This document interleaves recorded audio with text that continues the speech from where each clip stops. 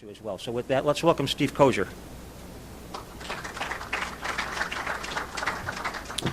Thanks, John. Doesn't look like your invitation for the speakers to come up worked too well. So the folks that are on this thing called the agenda that are still here, please come up. Okay, we want to make this somewhat interactive because of allowing the audience. I know there's been several speakers where John has said, hey, we're going to have some more Q&A time today. We have a panel discussion.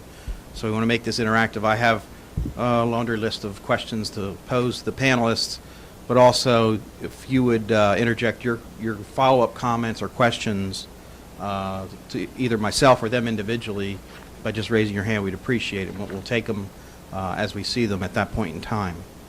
Some of these questions are focused at certain individual groups or organizations that are up here, and others are just across the board. But the first one I have is hearing what we've heard about the experiences of some of the organizations, both the state DOTs, the industry folks.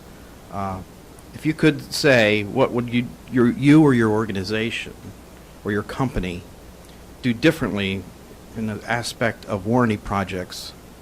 What would it be? We've heard what you said you've done, but if you had your druthers and you could start with a clean slate or modify the existing effort, what might you do differently that you've have like a pet peeve that you wanted to do?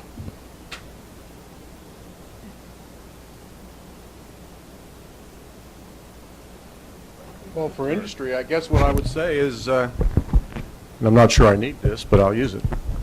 I'm not sure we do anything different on a warranty job than on a regular job. I think the idea is to understand what is expected, make sure that the people on the crew understand what's expected, and then go out and deliver it. I think that's the process that I think sometimes that we're missing. Sometimes the people actually putting the work in place don't understand what's expected. Think about that.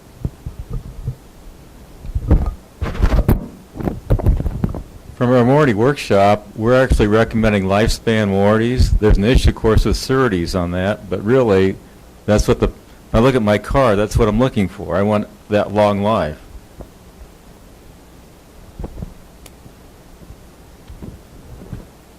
We're going right down the line here. Luke? Yeah, just one of the things from Michigan's experience, I think we've made some significant strides in our workforce development. We've made significant strides in our specification development, and our acceptance criteria. I think we've made things very difficult to meet for acceptance on a project. A lot of our discussions with industry, some of the contractors have said that they don't do anything different to meet the warranties. They're doing everything they're doing in order to meet the acceptance criteria. So I think from that standpoint, as Pennsylvania looks at developing a program, I think you need to take into account the cost effectiveness, what it's going to cost to administer it, and what you really get out of it as a value. And if you feel from all your other initiatives you can make an impact on quality, make an impact on long-term performance, then maybe warranties aren't necessary if you can get all those other things in place. And I think looking back over time, I think in Michigan we feel that we have made strides in all those other areas. And personally, if I had to choose, I probably wouldn't enter into a warranty approach right now, but just kind of, build off of our experiences that we've had and just work on the quality from a frontline perspective. I guess if I look back, I'd say I wish we would go faster. But I think, and I keep telling the director, we need to keep the warranties around. We have new players coming into the industry. We have new people. That little bit of an incentive to keep your people trained is there. The department's less likely to let their hands off the I don't know what you call it, the baton, because we have a warranty, so the contractors have earned a piece of that baton. And I would say that the attitudes, the thought process, the efforts that are made, I would agree that on non-warranty jobs they work just as hard as they do on the warranty jobs. But the warranty did give us the opportunity to have some of that control that was needed to be passed on as well as what came. I don't believe that you're going to get to a point while maintaining competition to go to a 30-year warranty. I don't see the vehicle there yet, okay? Right now, maybe you come with some kind of insurance pool, but that's still to be developed. But I think the innovation and the ability of the industry to engage in what really gets done now is important. And I think what we're most proud of is all the changes we made in the specifications hand in hand with the department. And that's the important factor. We do believe we make some of the best concrete in the country now. We do believe that we make some of the most efficient use of it. And every day I see lessons where contractors are implementing new little things that are helping their operations that they would have never thought of 5 years ago without being forced into that position.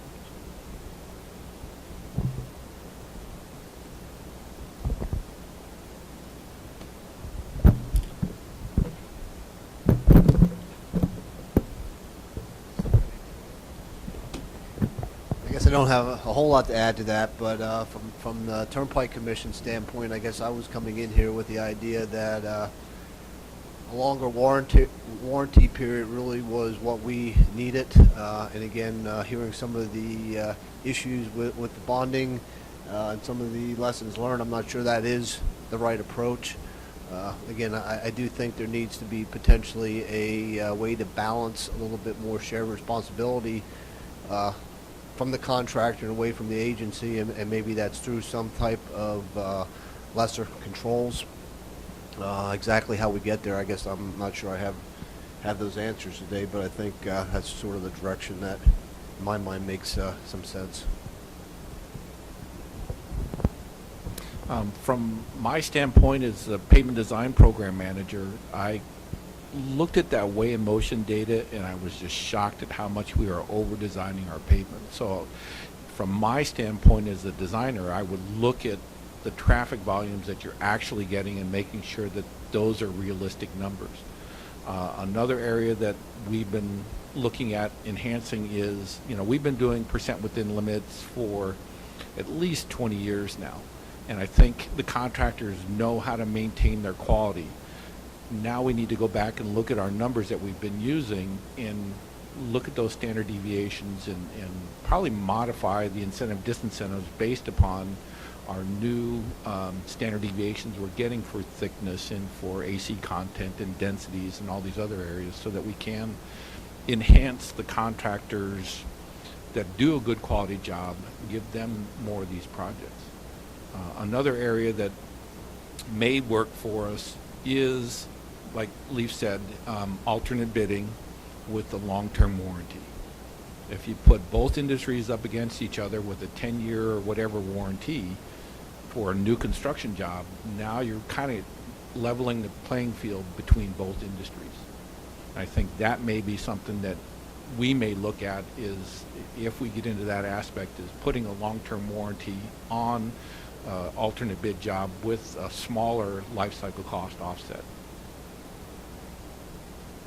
Okay, thanks. Turning to the table, any follow-up questions or comments from the audience?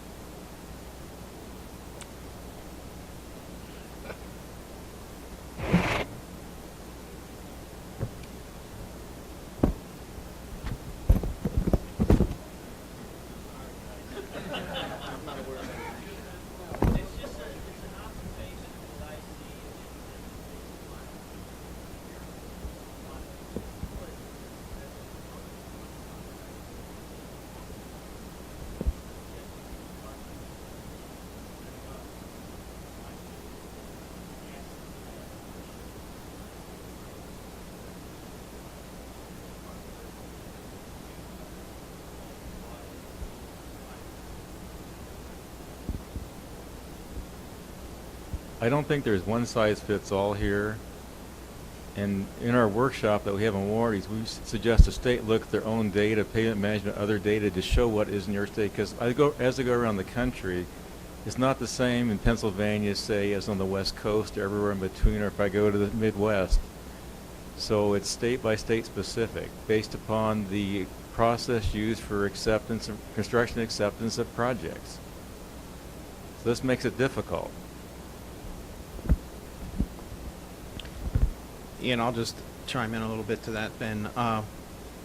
You heard the Deputy Secretary talk about issues with ASR, and we still have ASR, because sometimes those things, you don't see the full extent. You're just starting to see it's a problem at a short duration, which really the full extent would be at a much longer duration. Okay, one more. So let me address that just maybe from a little bit different perspective, but I guess one of the things that I guess is typified, we got Michigan next to me right here on my right, and I think we heard a lot of things, we attribute to warranties helping kind of bring together, the partnership. And if you step back and you look at places where they have high quality pavements, or at least more routinely are able to deliver quality pavements, longer lasting pavements or performance pavement, whatever it is where the industry and the agency work together, right? They both have they share that risk. Whether you share it through warranties or through some other mechanism, to me, personally, is secondary. But what's paramount is that you actually work together, or that we work together, right? And maybe it's an effective tool, warranties, to get these two opposite sides, so to speak, if you will, the deliverer and the receiver of this roadway, to work really closely together, to talk together and have a shared and common goal. That's what that I think is the foundation for however we do it. But that has to happen for us to be able to consistently deliver high quality pavements to for the road users. And I'll submit to you that it's in the places where we don't have that and enjoy that, really, I think, where it necessarily leads to distrust or mistrust or lack of understanding and so forth. So I think that really is what we need to be working toward. Maybe warranties is a way to get there, but there are probably other ways to get there as well. So that's just my own personal perspective on that. All right, last person before we move on. All right, the next panel question here is, has innovation and technological advancement been promoted, stymied, or remained about the same with the advent or use of warranties? And then what else can you tell about your organization to provide more innovation and technological advancements with that goal of improved quality and pavement performance? Some of you have already touched on it, so I'll just mention quickly. I think we were just talking here. I think it's probably varied there, but I will relay, and I know we haven't seen Wisconsin's video here yet, but I just had a conversation with our counterpart out there in Wisconsin, and from their perspective on warranties, from the industry's perspective of warranties in the state of Wisconsin, is because they tried it. They did a number of projects. 33 projects, I think, in 8 years or something like that, and they basically put it aside. They're kind of revisiting it, but I guess, or looking at it, but they essentially closed the book on that chapter. But I think I alluded to earlier this morning that unit prices kind of went up a little bit, right? Maybe we'd expect that. It costs a little bit to have this safety, if you want, associated with a warranty. And the other thing is there's a competition issue, right? Fewer bidders. But what he also mentioned is that it tended to stifle innovation. And the reason for that is if you got this warranty, you're going to go back to the true and tried methods. Like, you're not going to be messing around with new stuff because, your butt's on the line here. So their experience there was that you didn't see any innovation, no movement towards improvement. It was basically, I'm going to do what I know works, and I'm going to stick to it, because if not, I'm going to get hammered. And that's something, it's another perspective. It's different than what I've heard, but I want to relay that because I don't think we've heard that here yet, and I think it's important, something to consider. It may be different than Michigan's experience, but let's find out. Stay Well, tuned. Yeah, I think we have seen a lot of innovation, and I think, it may or may not have come from the presence of warranties. I think it gets back to that partnership and working together with industry. We've had such an open book on contributions to the development and the enhancements of our specifications. I think that's where the innovations are coming from, the contractor industries on both sides. They're bringing their ideas on process, they're bringing ideas on constructability, they're bringing their ideas on just overall control of the materials and the program. And again, that open working relationship, I think, is encouraging that more so than the presence of warranties. But like Dan mentioned, having the warranties there is what encouraged us and allowed us to build and enhance that relationship, and we're kind of reaping all the rewards from it.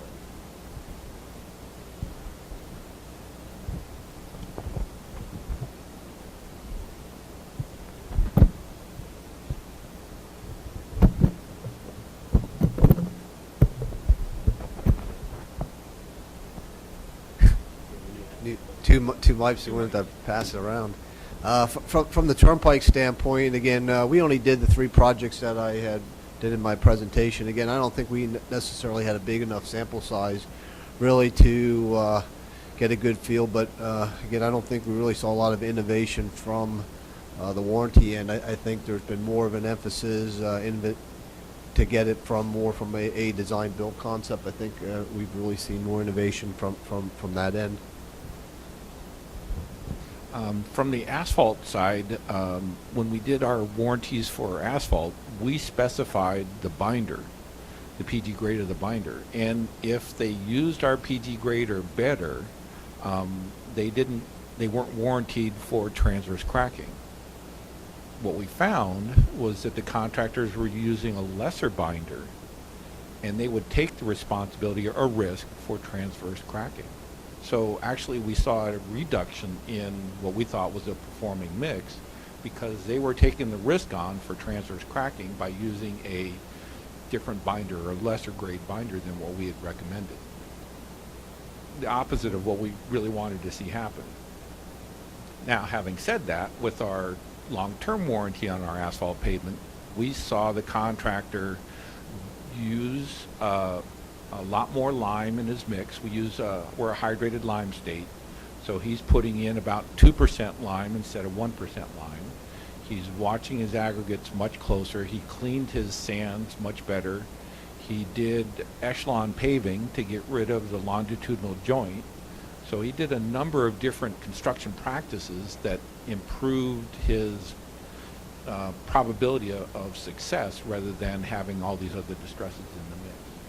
He did a much better job on the subgrade also. He made sure that he got good compaction on the subgrade and aggregate base prior to putting on his asphalt pavement. And when it was going to rain, he stopped. He wasn't even close to paving when he saw a thundercloud in the sky. Near him, close to him, or whatever, he was going to stop paving. And his days were shorter. His paving season was about the same, so we saw the contractor pay a lot more attention to his density and the temperatures that he was compacting. Anyone from the audience? One of the things that we talked about as part of our group was having an opt-out warranty for the department. You know, you're hearing some of the discussion here that, you know, some contractors aren't doing anything differently, but I think the gentleman here at the end there, you know, not paving when there's a potential rain, you know, there's compactive effort and things like that.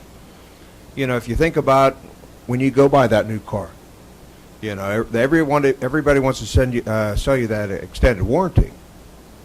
You know, and you don't have to accept the extended warranty until the initial warranty expires.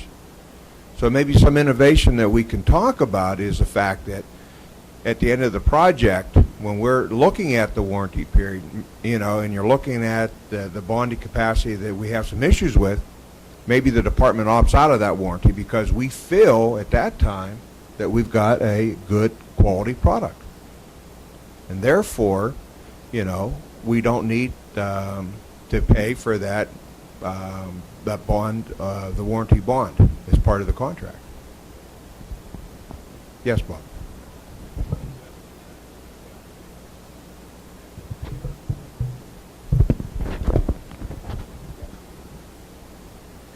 Actually, Texas does exactly what you're talking about in the design-build projects. They have a 3-5-year set of warranties, 15 years total on their design-build projects, and the DOT can either do none of those or all 3 of those, and it's every 5 years they make that decision. So if they feel like the contractor's done a good quality job, they don't require that. If they have concerns, they now can do all 3.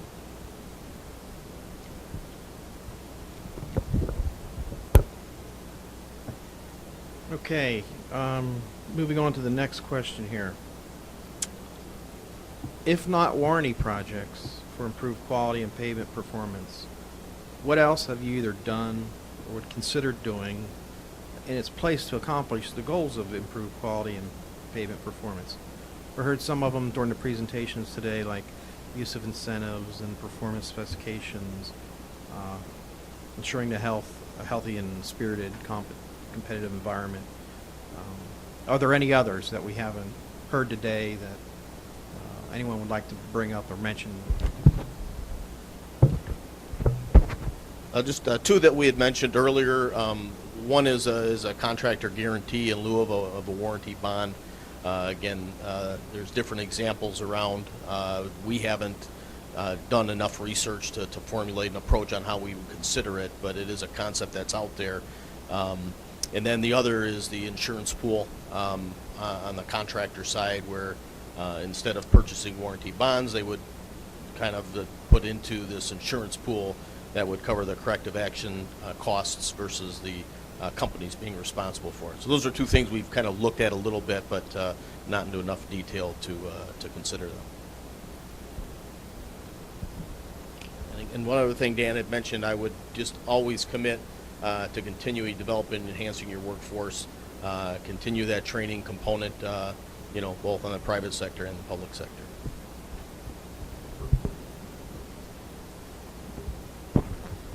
Jay at the end.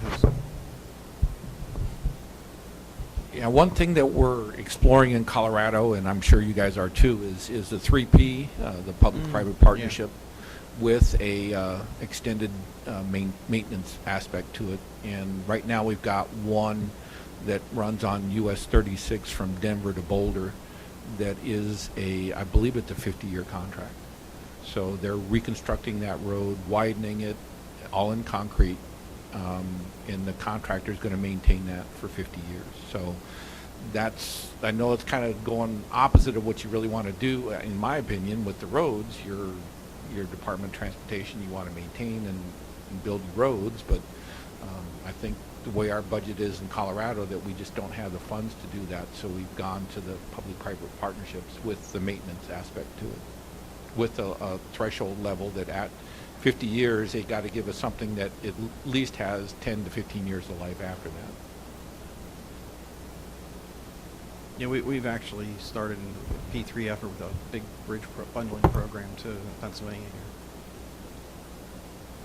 Any comments from Randy? Getting back to the gentleman's comment on best value and low bid environment, in Colorado we do a lot of design builds that have a best value aspect to it. So it's not a low bid system anymore. It's an innovative contracting process where our design builds have a weight in there for quality control processes and quality management. Our CMGC projects are the same way also, where we have that aspect of quality management built into the design process and selection process. Well, ours didn't either, and that was one of the things that we had to go to our legislature for to get modified. And we have a whole division on innovative contracting that deals with the AG's office and the legislature and the executive management to get the right verbiage processes allowed for the state to do that. Okay, John, I was doing a time check here. We're after 4 already. You haven't had your last opportunities, so I think what we'll do is we'll release the panel lists here, and first recognize them and thank them for coming up here. Okay, thank you all. Slides I've already touched on. A few years ago, one of my former cohorts at FHWA was talking about how do you define quality, and his comment was, well, quality, you know it when you see it, and I'm not sure that flies. This is just one definition of quality. You can read that. I'm not going to read through it, but it's one way that the industry tried to define what we're trying to define. And that's really why we're here. We're not here to do warranties for the sake of warranties. We want to improve our product, concrete pavement, and any other product that the department has out on the street. On the improvement side, on the quality side, we have had, I think, a phenomenal partnership relationship with the department. We've made some significant changes on concrete pavements. We've shortened our joint slabs. We've put stabilized bases out there where we didn't before, which causes some significant performance issues. Ride quality measures have certainly been ramped up significantly from the day that I started working in the industry. And that's really the drive to get a smoother pavement, a longer lasting pavement. We've got improved surface textures. We're going to longitudinal tining, which is quieter. Pavement preservation techniques, where we've got some innovations on our partial depth patching. And we had through the task force, through the committee, RC standards that have improved. Joint patching. It's a beast trying to patch a skewed panel, but we figured out a way to go about doing that. And we've got a lot of improvements that we've made through this partnership, through this working together, rolling up our sleeves and getting things accomplished. We're still a heck of a lot of work yet left to be done. Bonded concrete overlay over asphalt, bonded concrete over concrete. Our committee's working on that. We're looking at long life concrete specs, a lot of the things we talked about, mix optimization, lower water cement ratio, better curing regimes. All those things are all come into play. Someone mentioned, Mike, I think you mentioned stainless steel. Maybe go stainless steel clad. Those are a little bit more affordable than the stainless ones, but those all still help improve the longevity of our pavements. Roller compacted concrete is another specification that we're working on. And there's just a slew of other improvements.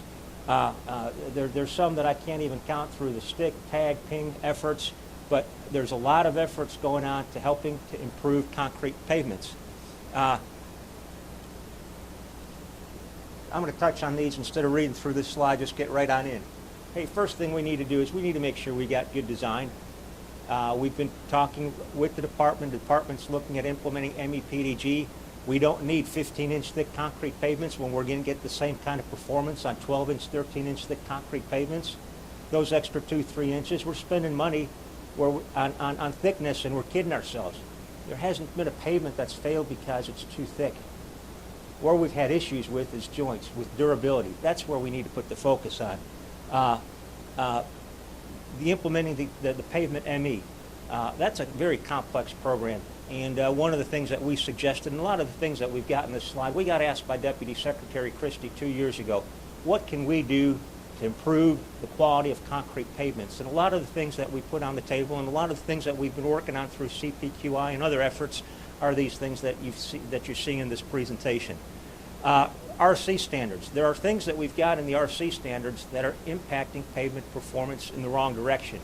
And the easy example, one that we changed several years back, is getting rid of the skews. It cost us money to do, it was more complex to construct, and it's a beast to rehab. We are the Keystone State, and I'm not going to give up on the fact that maybe one of these days we'll take a look at eliminating keyways. It causes issues with edge slump. We've got stable bases, we've got stable foundations in many cases, and in some areas this is actually complicating construction. When we look at FHWA technical advisories, after 10 inches, really don't need them. Innovative contracting. I mentioned this in my remarks.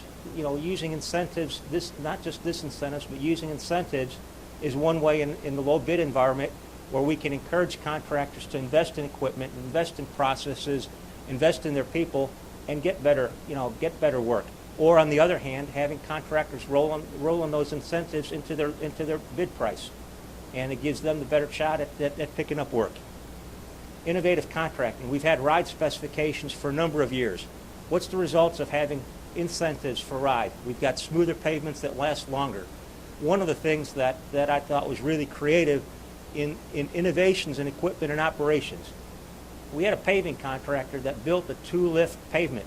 We had actually, as a project that we visited on back in the day when we had our concrete pavement bus tours, contractor was doing 2-lift paving. It was the same mix, but he was putting about 8 inches down on the first pass to get some extra, let that first pass consolidate a little bit. IRIs in the 40s, virtually no grinding. That's innovation. That's where you put money on in, and it's an example of where these incentives have actually resulted in a better quality product, and the customer is happy. On the innovative contracting side, we've got pay adjustments for air, for thickness, for strength. Some states, we've heard some states use not just this incentive clauses, the multiple payment characteristic formula that we've got with PennDOT. It's all based on this incentives. And again, I'm not a proponent of putting incentives in for strength. I think that's going in the wrong direction. But there's states that use gradation, water cement ratio, permeability. One state puts a $2 per cubic yard bonus if you've got a higher quality aggregate. So there's another incentive. And why is that extra $2 in there? That may mean hauling some equipment. In some parts of the state, we've got this Vanport issue. Well, here's a way that we can put dollars into a contract and avoid that issue and have a better performing pavement. Water cement ratio. This is MnDOT spec, and this is pretty. It caused some choking at first when it came out on the street. You got your water cement ratio below 0.37, you're getting $3 per cubic yard bonus. Now you get off on the other side and you're greater than 0.44, and now you're talking other issues that you need to deal with. But this is one way that that MnDOT used to incentivize what they feel is an important characteristics to get a good performing pavement. Why lower water cement ratios? I mentioned strength, but and strength isn't the only thing. But you get these higher water cement ratios, and this graph is a little silly because it goes in the 0.65, 0.75. We don't do that.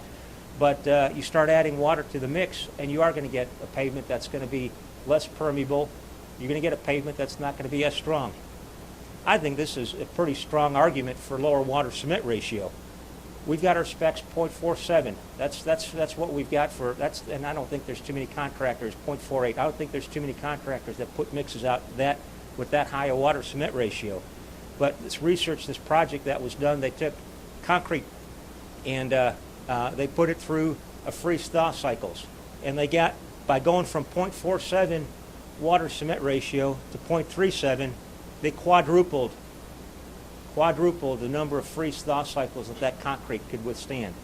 Now, you go back to that slide right there, 0.47 to 0.37. You want to pay that extra $3 to get a pavement that's going to be 4 times more durable from a freeze-thaw perspective? I think that's money well spent. Improved durability. Cut back on the Portland cement. Put some more SCMs in there, supplemental cementitious materials. Cut back on the water demand and reduce the permeability. There's just another example of what MnDOT's taken with respect to how they try to incentivize and try to get a better durable product. Training and education.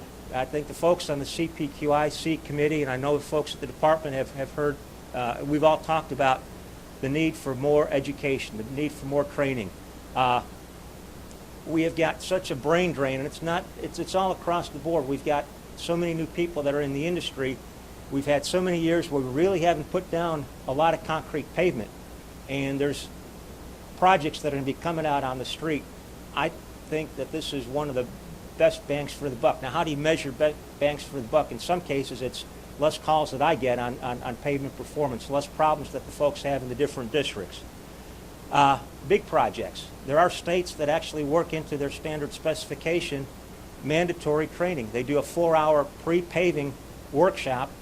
And okay, so people are listening, people are paying attention, and they start putting concrete down, and all of a sudden things that they may not have covered in that workshop 2 weeks after they put their first cubic yard down, they're out there doing 4 more hours of training. A lot of good Q&A, and like I said, there's a couple of states that work that right into their standard spec. We talked a little bit, the Wisconsin presentation is talking about how they put the moratorium on warranties. and they're looking at reworking their specification because they are looking at considering going back to doing some warranties, but in the process of doing that, they are also reworking their specification, getting away from the method spec and more end result spec. Subgrade, I don't think if anyone hadn't heard that subgrade is an issue, hasn't been paying attention today. Restoring a culture of excellence and teamwork. We've heard partnering. I think the folks at the other M state, Michigan. The biggest incentive, I think, or the biggest bang for the buck, I think, on incentives is, on this whole partnering or on the whole warranty business, was you've got the department and you've got the industry working hand in hand to get a better product. Chuck mentioned, and the secretary and the deputy have heard, we've been pushing for, we would very much think that it would be in the best interest of the taxpayer. We have in our plant in the work program, 30% of the dollars, 35 goes to bridges, 65% goes to pavements. Now, if pavement fails, no one's going to die, but that's a heck of an investment, a heck of a risk out there. And having a pavement engineer, a pavement division, I think is a step in the right direction. Strengthening the in-house expertise of concrete pavements and increasing participation in educational programs. You know, budgets are tight. We've cut back on travel.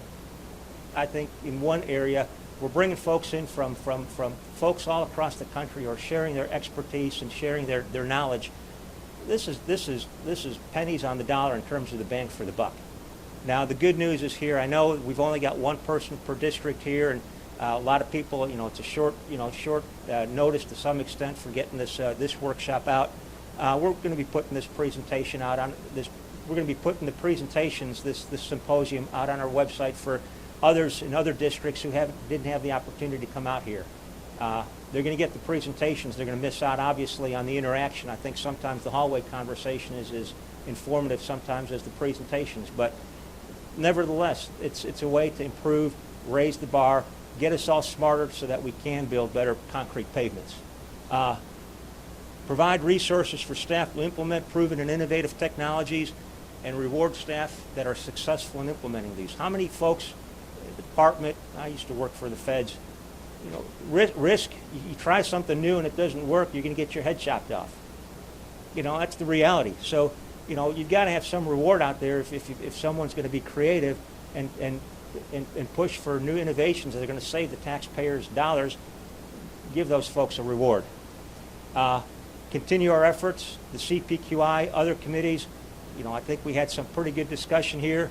I do want to thank the department for participating in the National Concrete Consortium. I think that's one of those venues or programs. We've got 35 states that participate in the NCC. So you've got folks from Pennsylvania, Michigan, Colorado, all across the United States. Some of the issues that we're dealing with, the material-related distresses at joints, it's not just happening in one or two states. So you got a bunch of experts that get together and they share their experiences. They share pooled resources to do research. There's no reason why we need to do the same research in Pennsylvania that's being done in Michigan, that's being done in Minnesota, that's being done in Iowa. So this is another area where I think there's benefit, and this is all on the education side. Like I said, I promised to breeze through this. What I'm going to do is I'm going to turn the mic over to Chuck. I'll let him give a couple of closing. And for anyone who does want to hear, the talk that we got, Steve Krebs is a state pavement engineer from Wisconsin. And we've got about 15 minutes that he's going to talk. Kevin McMullen's my counterpart out in Wisconsin. Back when warranties were first implemented in Wisconsin, he was a state pavement engineer for Wisconsin DOT. So he's got some in-house expertise and some in-house knowledge. And we've also got 15 minutes from the Wisconsin asphalt folks. But anyone who wants to stay around, we are past 4 o'clock, but anyone who wants to stay around and listen to some of that, I will put that on up here.